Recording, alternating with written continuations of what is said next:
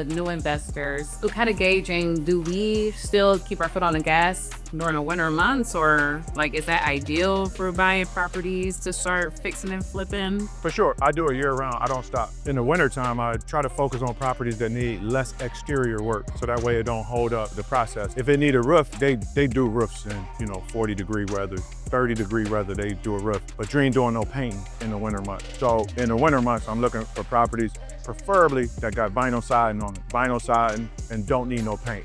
The roof and carpentry work, they do carpentry year round, like porches. So I wouldn't take my foot off the gas. And here's another thing too about the winter months. A lot of people take their foot off the gas during the winter months and the holidays and different things. Like a lot of people relax. I don't relax. That's when I find some of my best opportunities, because most people relax. Most people, they don't want to be cold. It's too much snow outside. So those are opportunity months. Like I do my best November, December, January. With properties too, you have to get the heat on because of the pipes and everything, right? But I never worry about pipes. Week one, what do? I don't care what it do outside. Follow that blueprint. Even if the pipe busts. I mean, you don't want them to bust, but if they bust, then you just fix it. You fix it and keep going.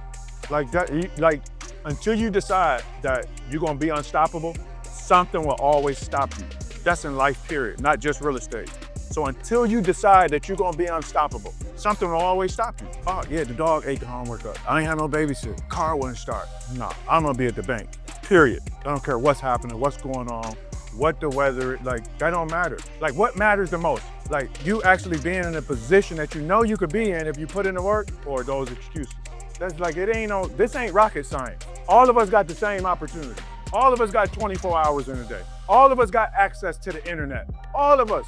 Ain't nobody more special than the next person. What's the difference?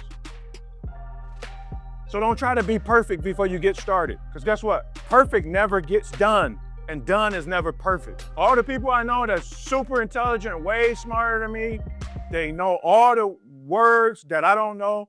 They know the perfect sentence where the comma, I don't know where it's supposed to be at, but I'm gonna get it done.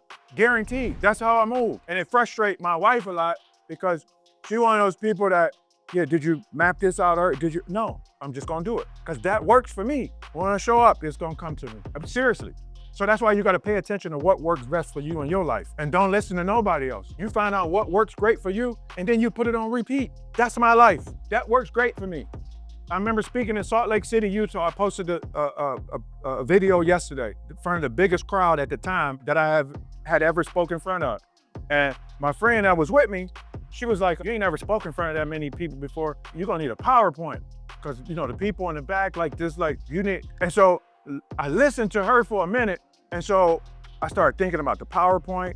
I started writing stuff down, but that ain't my norm, like to write some notes down. So I started thinking about what she was saying. That's why it's so important to get clear about what you want out of life and then just disregard everything else.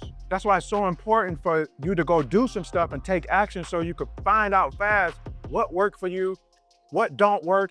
And then when you find out that simple recipe, you just put it on autopilot. And so I was like, so I'm listening to her all the way up until it's time to board the plane. We in Salt Lake City. I'm sitting in the audience, waiting to go up and speak, nervous because I'm listening to what she's saying, like, you never spoken in front of this many people before. You need a PowerPoint. So I'm writing all these notes down and I'm like, man. So they take a break, but I was thinking I had to go up before they took a break. So they taking a break.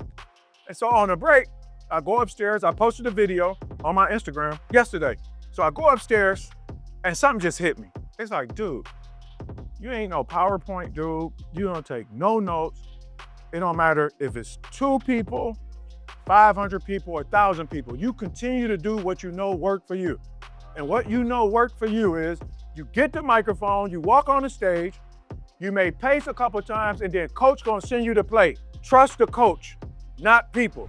And so I practiced in the mirror. I was laughing, acting like I was introducing myself, coming up to the stage, did this in the mirror, talking to myself. I do that a lot, talking to myself. Went back downstairs after the lunch break. They called my name, ran up to the stage, grabbed the microphone, paced back twice, and it hit me. And I flowed. I had never spoken in front of that many people before, and I'm in Salt Lake City. I didn't really see a lot of people that looked like me, but the crowd was going crazy. When I got done, people were approaching me with tears in their eyes. And another thing, my partner that was with me, she was like, you gonna tell them that you've been in prison? Yeah, that's my story. That's my real life story.